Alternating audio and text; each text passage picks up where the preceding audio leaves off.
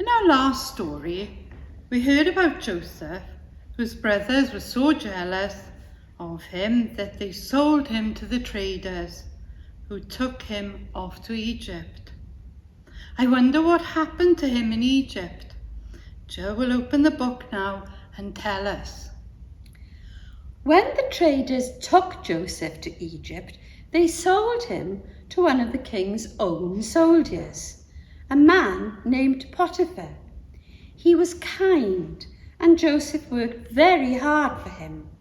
So hard, in fact, that Potiphar put Joseph in charge of all the other slaves.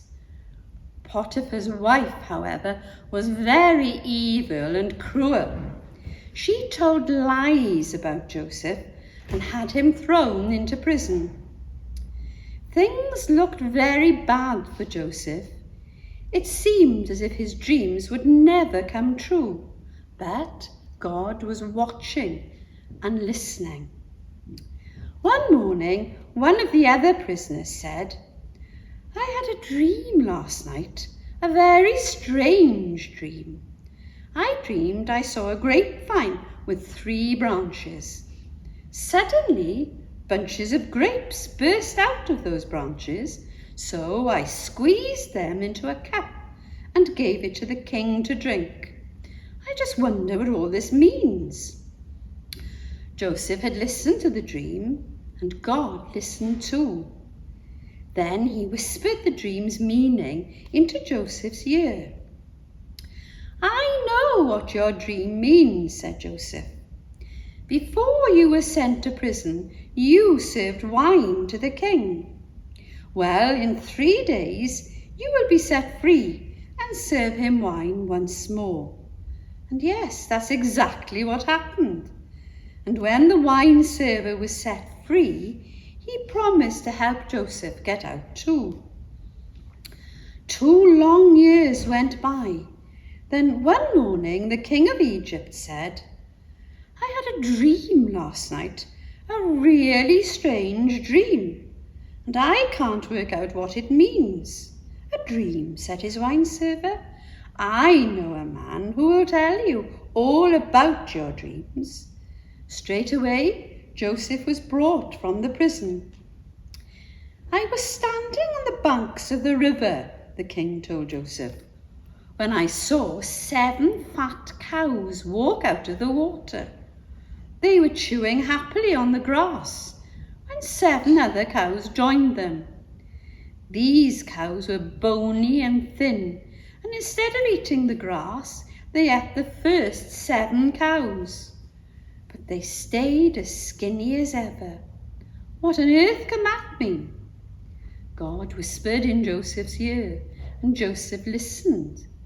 Then he bowed and said, "Your Majesty, for the next 7 years, Egypt will grow many good crops and be as fat as those first cows. But after that, for another 7 years, hardly any food at all will grow. So, unless you want your people to look like those skinny cows, you must store up food in the good years and use it wisely later."